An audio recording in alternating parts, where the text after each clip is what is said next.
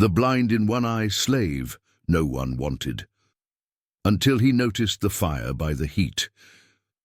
The auction block in Charleston stood under a merciless July sun, its wooden planks stained dark from years of human commerce, the wood worn smooth by countless feet that had stood where Isaac now stood. The heat rose in waves from the cobblestones, making the air shimmer and distort, turning the crowd of potential buyers into wavering shadows. Isaac stood among the others, his left eye a milky white sphere that caught the light wrong, reflecting it back in ways that made potential buyers look away in disgust, crossing themselves as if his damaged eye carried some kind of curse. At 23, he had already been sold 4 times, passed from master to master like a tool that never quite worked right, each one disappointed by what they called his defect, each one eventually deciding the cost of feeding him outweighed whatever work he could provide. The wound had come from a beating when he was 12, an overseer's whip that caught him wrong during a punishment for something Isaac couldn't even remember now. The leather had torn across his face, and he had felt something burst and leak down his cheek, warm and thick. The eye never healed right, the pupil frozen and dilated, the iris turned the color of spoiled milk. But Isaac learned something the others hadn't, something that would eventually save his life. Darkness on one side taught you to see better with the other, taught you to notice details, to read situations, to understand that seeing clearly sometimes meant seeing less but understanding more. The man who finally bought him was Luther Blackwood, owner of Blackwood Plantation in rural Mississippi, 300 acres of cotton fields that stretched like a white ocean under the brutal summer sky, rippling in waves when the wind blew across them. Luther was tall and thin, with hands that trembled slightly when he counted out the coins, not from age or illness, but from what seemed like barely contained energy, as if something inside him was always moving, always calculating. His face was narrow and sharp-featured, with eyes the color of dirty ice that seemed to look through people rather than at them. He paid less than half what the auctioneer asked, his voice carrying the particular coldness of a man who measured everything in profit, who saw the world as a ledger where every column had to balance. $40 for damaged goods, Luther had said, gesturing at Isaac's ruined eye with a dismissive wave. He can work one-handed if needed, and that eye might actually keep him humble, keep him from getting ideas.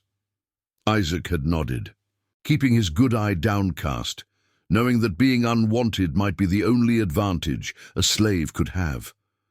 Unwanted meant less attention, less scrutiny, less expectation, and less expectation meant more opportunity to observe, to think, to plan.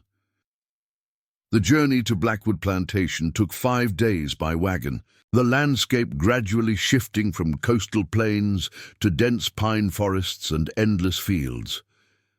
Isaac watched everything with his good eye, noting the way other slaves on neighboring plantations moved, the way overseers positioned themselves, the patterns of work and punishment. He had learned early that survival meant observation, and his damaged eye had taught him to observe better than most. When they arrived, the plantation house rose from the earth like a monument to wealth built on suffering. White columns, wide porches, gardens maintained by hands that would never enjoy their beauty. But what caught Isaac's attention was the smoke. A thin grey line rising from somewhere beyond the cotton fields near the edge of the property where the land met the swamp. Luther saw him looking and smiled, a thin expression without warmth. "That's the kiln," he said. "We make our own bricks here. Good Mississippi clay. Saves me a fortune." The slave quarters were worse than the previous 4 places Isaac had lived. Cramped wooden structures that leaked when it rained, floors of packed dirt, and an atmosphere of fear so thick you could taste it. The other slaves, about 40 in total, barely acknowledged him when he arrived.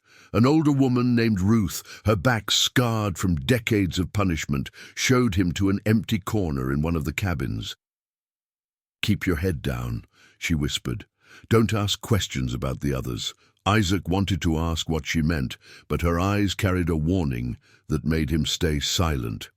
That first night, lying on the thin mat that served as his bed, he listened to the sounds of the plantation, cicadas in the trees, an owl hunting in the darkness, and something else, a low rumbling that seemed to come from the earth itself.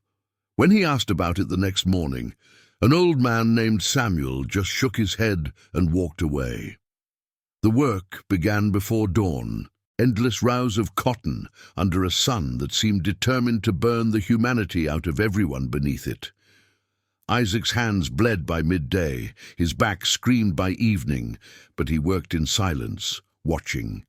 He noticed things others missed, the way the overseer, a cruel man named Gideon with a face like weathered leather, would count them twice each day. Morning and evening, always counting, his lips moving silently as his eyes swept over them, and Isaac noticed something else. The count was never the same.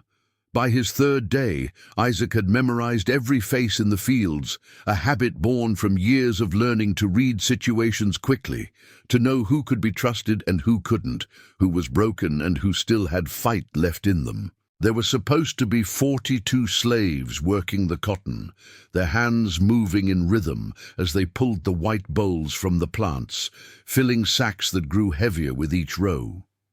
The work was backbreaking, the kind that turned young people old before their time, that left permanent marks on bodies and souls. But that evening, when Gideon counted, there were only 41, his pointing finger pausing for just a moment where a person should have been standing. A young man named Thomas, barely 18, with hands still soft from recent arrival, was simply gone. No announcement, no explanation, no body carried past in a cart. Just an empty space where he had stood that morning, his absence somehow louder than his presence had ever been. The cotton he had been picking lay, scattered on the ground, the sack he had been filling abandoned between rows. When Isaac asked Ruth about it that evening, her face went pale, all the color draining from her weathered cheeks. "Don't," she said, gripping his arm hard enough to leave marks. "Don't ask, don't notice, don't wonder where they go. That's how you survive here. You work, you sleep, you wake up and work again. Nothing else matters, nothing else is safe to think about." But Isaac couldn't stop noticing. His partial blindness had made him hyper-aware of everything his good eye could see, and what he saw troubled him deeply. Every week, sometimes twice a week, someone would disappear. Always young, always strong, always without explanation. The other slaves moved through their days with a terrible resignation, as if they had accepted that any of them could be next. Fear hung over the plantation like morning fog, thick and suffocating. The kiln became an obsession. Isaac couldn't see it from the fields, but that thin line of smoke was always there, rising into the sky like a grey finger pointing toward heaven. And there was the heat, even from hundreds of yards away, even on the hottest days when the sun itself felt like divine punishment. Isaac could feel additional heat coming from that direction. His damaged eye had made his other senses sharper, and he could feel temperature changes others missed. One evening, 3 weeks after his arrival, Isaac made a decision that would either kill him or free him. After the others had fallen into exhausted sleep, he slipped from the cabin and moved through the darkness toward the smoke. The plantation at night was a different world, full of shadows and sounds that made his heart race. Dogs barked in the distance, chained near the main house. Somewhere, a woman was crying, the sound muffled and broken. Isaac moved carefully, using skills learned from years of trying to be invisible. The kiln sat in a cleared area near the swamp, a massive brick structure that radiated heat like a dying star, the air around it shimmering and distorted. Even from 50 feet away, Isaac could feel it warming his face, could feel the sweat beginning to bead on his forehead despite the cool night air. The structure was perhaps 20 feet tall and circular, built with the same red bricks it produced, its walls thick enough to contain temperatures that would melt iron. There was a large opening at the base, where wood would be fed to keep the fires burning day and night, and smaller vents near the top, where smoke escaped in thin grey streams. The smell was overwhelming up close. Burning wood. Yes. And clay, baking in intense heat.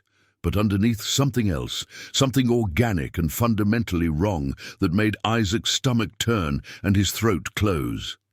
It was the smell of something that should never be burned, something that left a taste in the back of his throat like copper and rot. As Isaac crept closer, staying in the shadows of the pine trees, their needles carpeting the ground and muffling his footsteps, he saw something that made his blood freeze in his veins. Bones, small fragments of white scattered in the ash near the kiln's base, pieces that could have been overlooked by someone not trained to see details, pieces that would crumble to nothing with time and weather. But Isaac, with his one good eye that had learned to notice what others missed, with his lifetime of careful observation, knew exactly what he was looking at. These weren't animal bones, weren't the remains of livestock or wildlife. The curve was wrong, the density was wrong, the size was wrong. These were human remains, fragments of ribs and vertebrae, pieces of skulls that had cracked in the heat, teeth that had survived the flames because they were harder than bone, the disappearances, the constant smoke, the heat that never quite died, even in the darkest hours before dawn. Luther Blackwood wasn't just making bricks. The truth was so terrible that Isaac stood frozen, unable to move, unable to breathe. For years, Luther had been disposing of slaves in the most efficient way possible. When one was injured or too old or simply surplus to his needs, they disappeared into the kiln. The heat destroyed everything, leaving only fragments that would be mixed with clay and ash, becoming part of the very bricks that built the wealth of the plantation. It was economical, horrifyingly practical, and completely hidden. Who would question a plantation owner firing his kiln? Who would think to look for the missing in the walls of new buildings, in the foundations of expansion? A sound behind him made Isaac turn, his heart exploding in his chest. Gideon stood 15 feet away, his face invisible in the darkness, but his shape unmistakable. "Well," the overseer said, his voice carrying a note of something like satisfaction. "I was wondering when you'd figure it out. You see too much with that one good eye of yours." Isaac ran. He didn't think, didn't plan, just crashed through the underbrush toward the swamp, branches tearing at his face and arms. Behind him, he heard Gideon shout, heard dogs being released, heard the plantation coming alive with the sound of pursuit. The swamp opened before him like a dark mouth, water and mud and cypress trees, draped in Spanish moss that looked like hanging corpses in the moonlight. He plunged into the water without hesitation, the cold shocking after the heat of the kiln, the mud trying to pull him down. Behind him, the dogs were getting closer, their barking echoing across the water. Isaac dove under the surface, came up gasping, pushed forward through water that grew deeper with each step.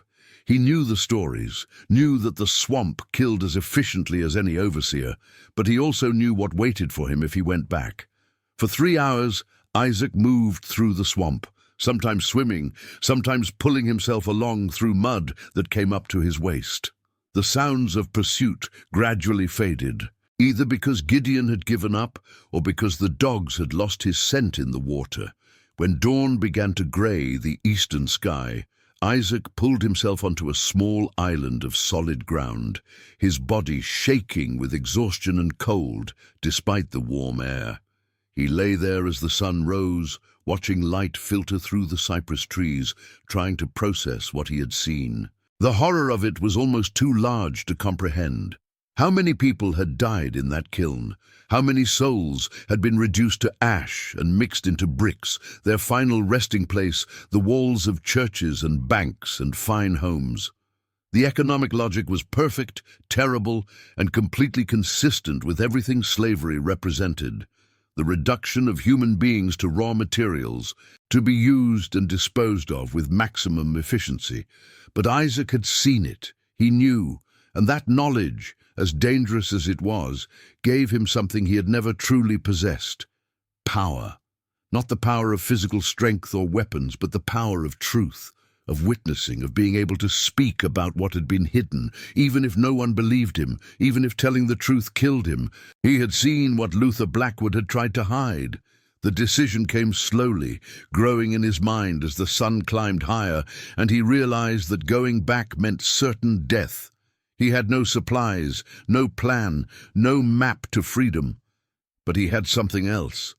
He had survived one night in the swamp, and he knew that slaves had made it north before. The Underground Railroad was more than rumor, and Mississippi, for all its horrors, had people who would help if you could find them. Quakers, free blacks, even some white people whose conscience wouldn't let them support the system. Isaac stood, his legs shaking, and began to walk north. He had no shoes, having lost them in the mud. His clothes were torn and filthy. His blind eye ached in the bright sunlight, and his good eye was bloodshot from lack of sleep.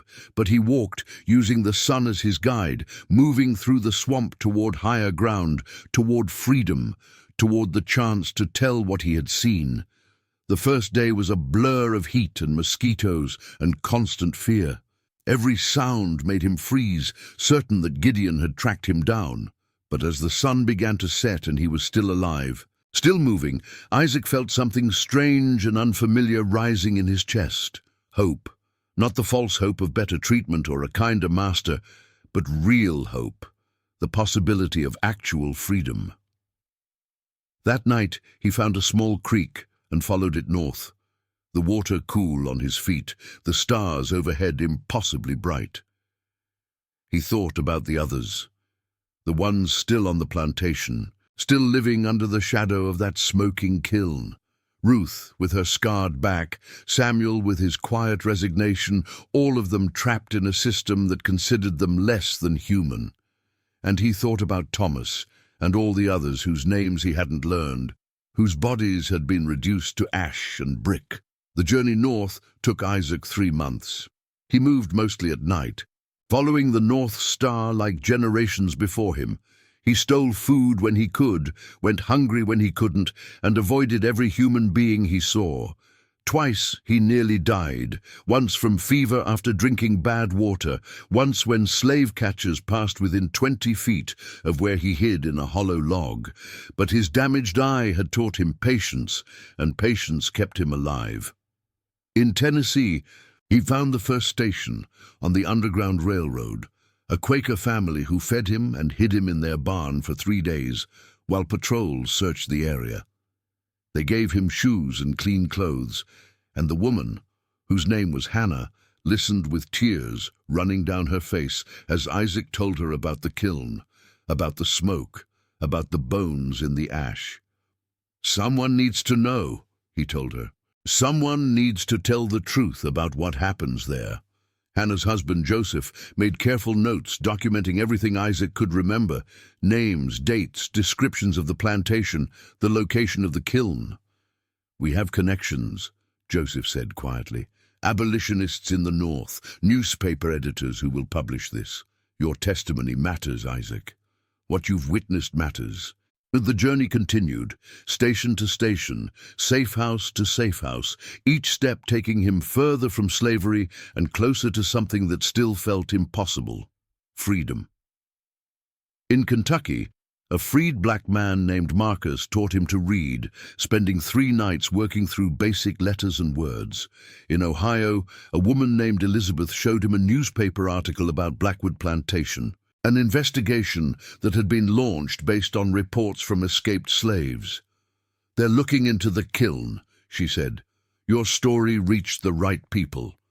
Isaac crossed into Canada on a cold October night, walking across a bridge with his heart pounding so hard he thought it might burst. Behind him was everything he had ever known: slavery, fear, the constant threat of violence. Ahead was uncertainty, but also possibility. When his feet touched Canadian ground, Isaac stopped and stood completely still for a long moment, feeling the weight of what had just happened. He was free. Actually, legally, impossibly free. In Toronto, Isaac found work at a printing press, his careful attention to detail making him valuable despite his limited education. He learned to read better, to write, to speak about his experiences with clarity and purpose, and he talked.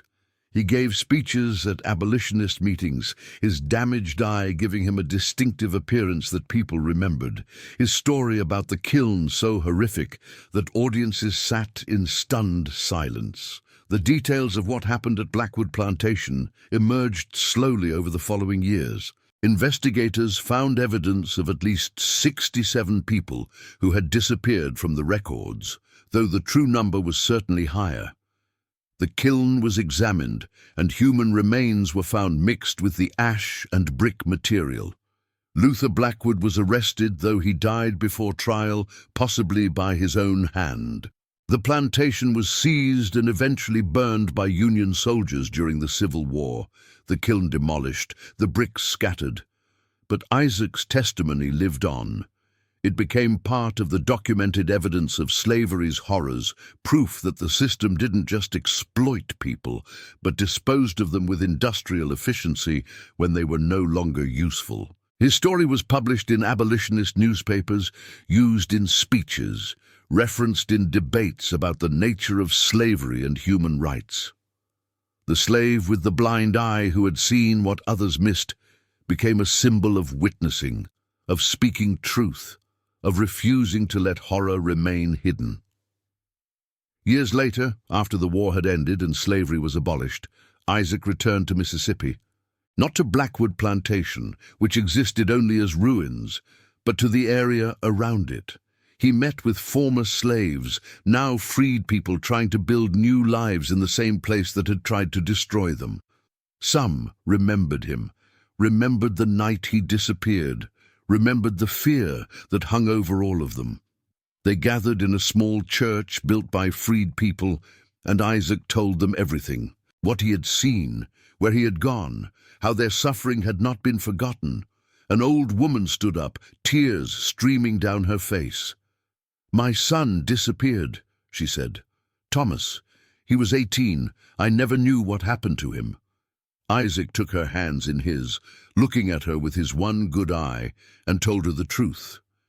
It was terrible, but it was also an ending, a knowing, a chance to grieve properly. That night, they held a memorial for all those who had disappeared into the kiln.